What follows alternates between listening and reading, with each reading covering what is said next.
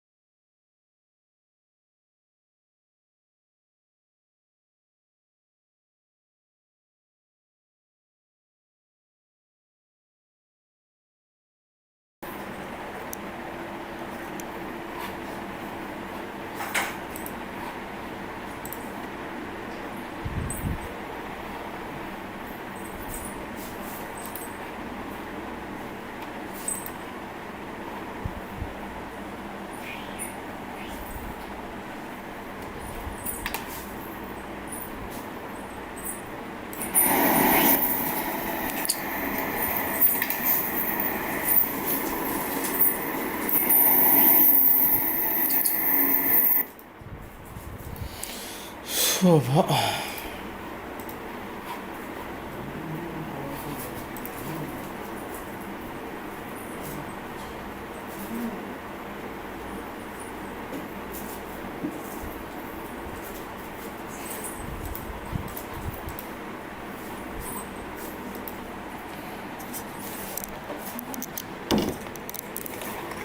Audio வருது, video போக மாட்டேங்குதா?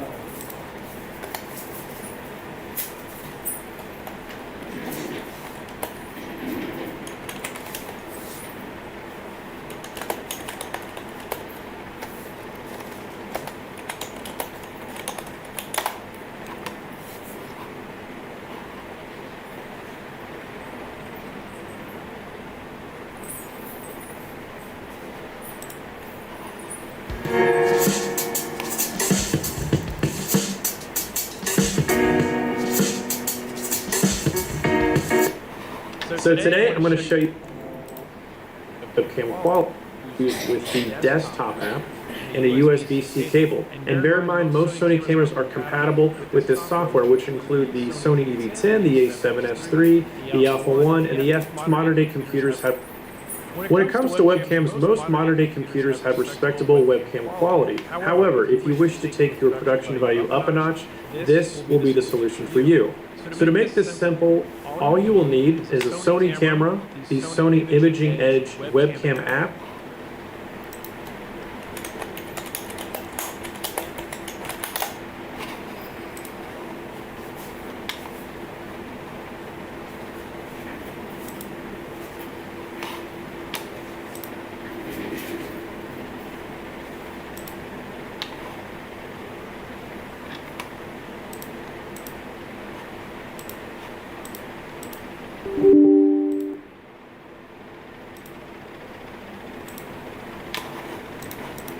which is not to be confused with the desktop app, and a USB-C cable. And bear in mind, most Sony cameras are compatible with this software, which include the Sony EV10 picture, and if not, to the down next, turn on your camera and double check the menu settings under the network tab.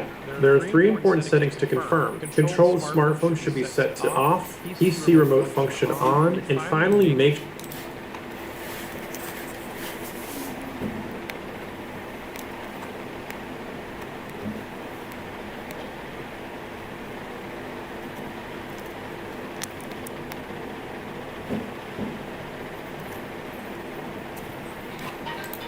you will then restart your. There are 3 important settings to confirm. Control the smartphone should be set to off. Hello? PC remote function off.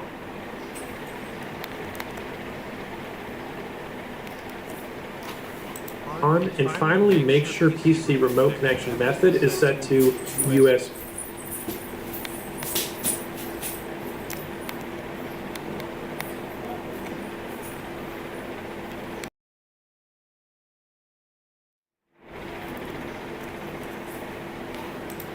Now,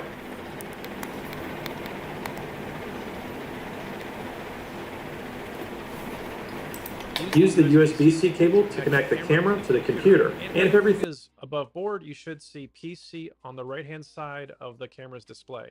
Your camera will continually charge as you do have it connected to the computer, and you also have the option to internally record your live stream into the camera if you wish. Now that your camera is connected, your camera will automatically appear in video streaming apps. And as a general rule of thumb, Imaging Edge webcam appears in the settings or preferences of virtually all live video streaming apps. So, for example, when you open Zoom, it's under Preferences. You click Video, then Camera, and you will see Sony Imaging Edge webcam in parentheses as an option. For OBS, this is a very popular app. However, you will need to download a previous iteration of function, and I'm linking that in the description below. For whatever reason, the current version of OBS does not work with this camera and this software. It just doesn't seem to connect. Now, once you have this previous version, which is version 20,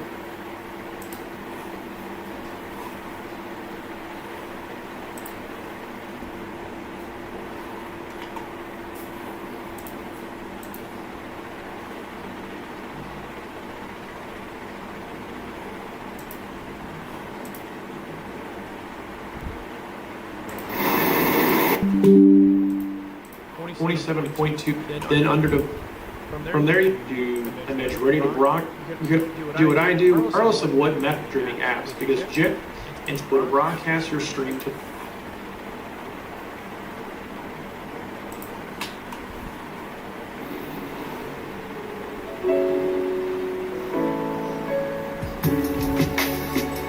One of the coolest things about Sony, this is the Glow. But once you have downloaded that, you then want to go into your camera and specifically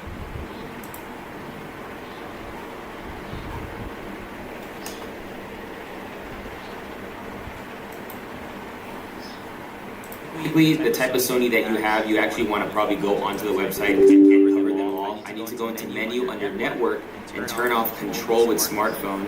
And then I need to go to the PC remote function and turn that on. Depending on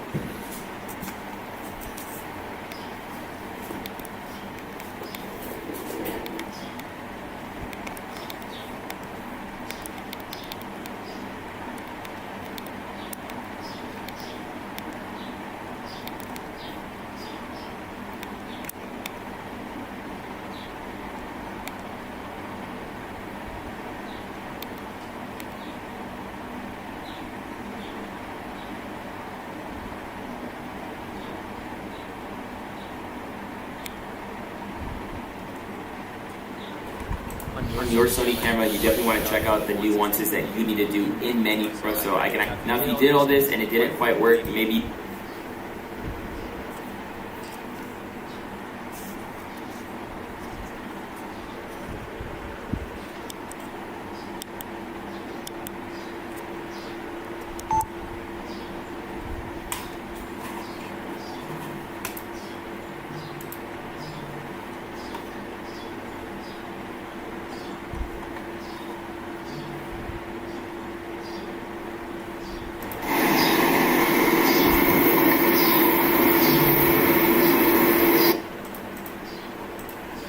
you want to go through that HDMI cable. Video mode, and where it says HDMI settings. On my camera, it's on page 3, but just scroll until you see HDMI settings. If you need to pause the video, and then select HDMI settings, and then change your HDMI resolution to 1080p. Then you're going to change your info display from on to off, keep TC output off, and control from HDMI off as well. Now you're ready to plug in your camera using an HDMI cable and a capture card. Now it is important to note that you do need a capture card, and simply what this does is it turns an HDMI cable into a USB cable. But just use some regular dongle, you know, with your MacBook Pro or something. You actually need an actual capture card, and we'll post our best recommended capture cards down in the description below. And honestly, you don't need an expensive one. I think the one that we like always fluctuates around 20 bucks, and then the HDMI cable is usually around $10. So for $30, you're definitely leveling up your video conference calls and live streams, which is pretty sweet. So now once you have plugged in your camera using the capture card, you can open up whatever software or platform that you're going to use as a webcam or live stream. In this case, I'll use Zoom, and then select the capture card as my input for my video. And there you have it. Your Sony is now your webcam, and you can look stupid fresh in front of everybody. A couple additional hacks that you may not know about is you can actually plug an audio solution like a shotgun mic or a lavalier or lapel mic into your Sony camera and select as your audio source the capture card as well. And this is a cool way to simplify your audio solution. And then the next hack I would encourage you to go with is actually to invest into a continuous power adapter that'll allow you to not worry about battery as you leave your camera on. You don't need to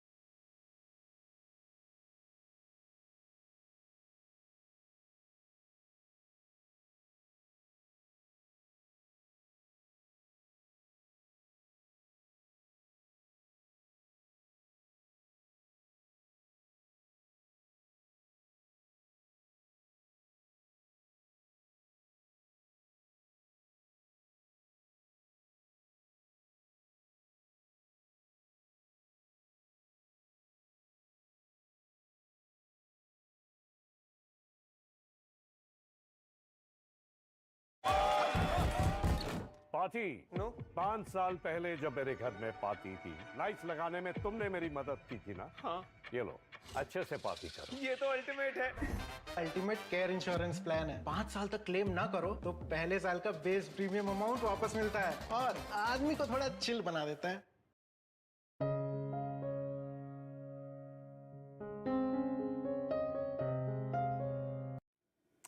Hey there, Marcus Hutzel here, and in this video I wanted to try to walk you quickly through my dual camera recording thing in mind when I'm walking you through all of this. My main camera that here. So camera 3 is optional in this scenario. Companion, and then I can using the monitor. So if the camera grabs the wrong face,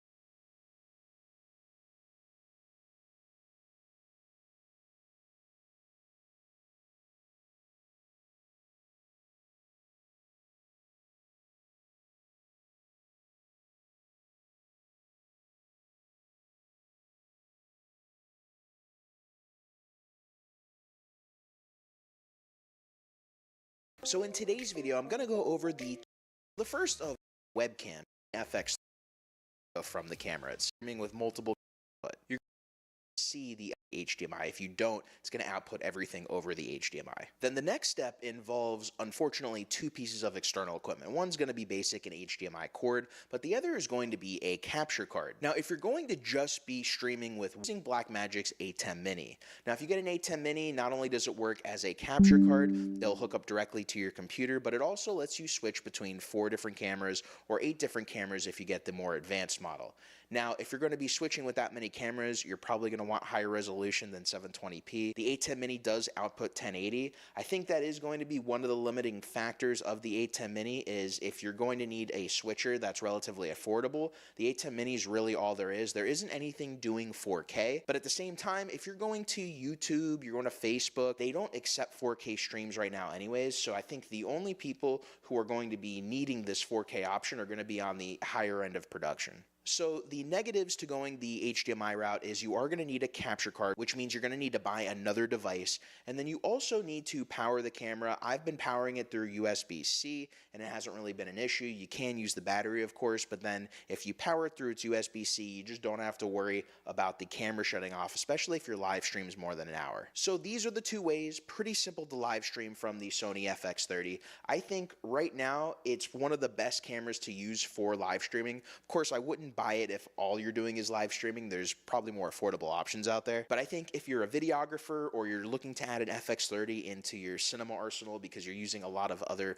FX cinema cameras in Sony's lineup, then I think the FX30 is a really great option to also use as a live stream camera when you need it. If you have any questions about the FX30, questions about live streaming, make sure to put them in the comments below. If you have any topics you want me to cover in future videos, make sure to ask down there as well. If you want to see more content on the FX30, I have a playlist that I'll put at the end of this video and in the description. And if you got knowledge and value out of today's video, please make sure to hit that like, subscribe, and notification bell to keep up to date with the latest videos from the channel. Until next time, my name's Jeff Agan. Thank you for watching, everybody, and I will see you in the next video.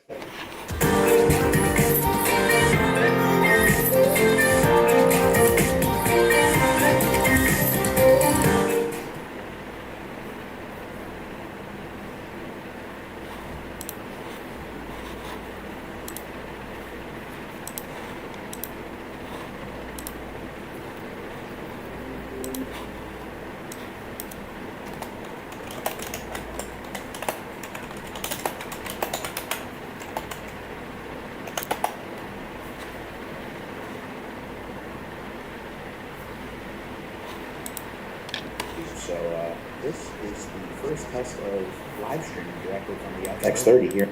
Experiment and for many years the Red Komodo. Now the FX30 is one of those cameras that made me second guess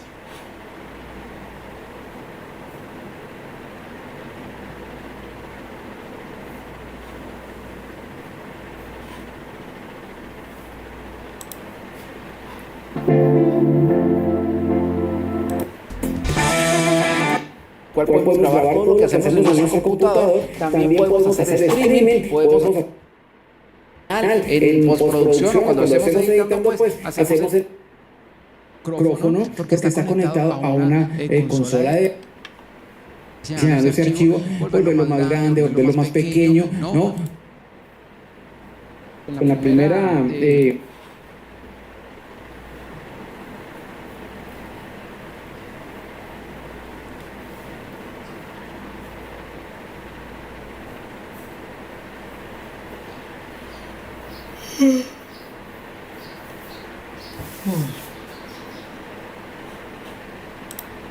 works on Windows 10 and works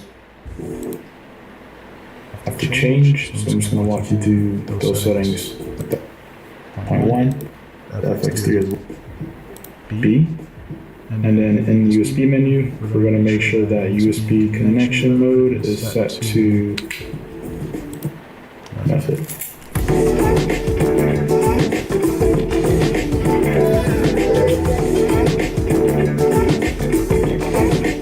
So before we begin, there are a few settings on the FX3 that we have to change, so I'm just going to walk you. Camera's pretty straightforward. You just want to take your USB-C cable, one end, you plug it into your logo. Capture card, we're first going to go into the camera menu settings. In the menu, we're going to go down to the setup, which is the briefcase icon. We're going to go down to external output, and then HDMI info display. We're going to set that to off.